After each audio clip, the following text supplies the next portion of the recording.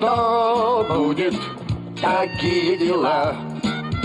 Механик, крутите на ленту дежурные лампы тушей, вноси свою светлую лепту в суровые будни душей.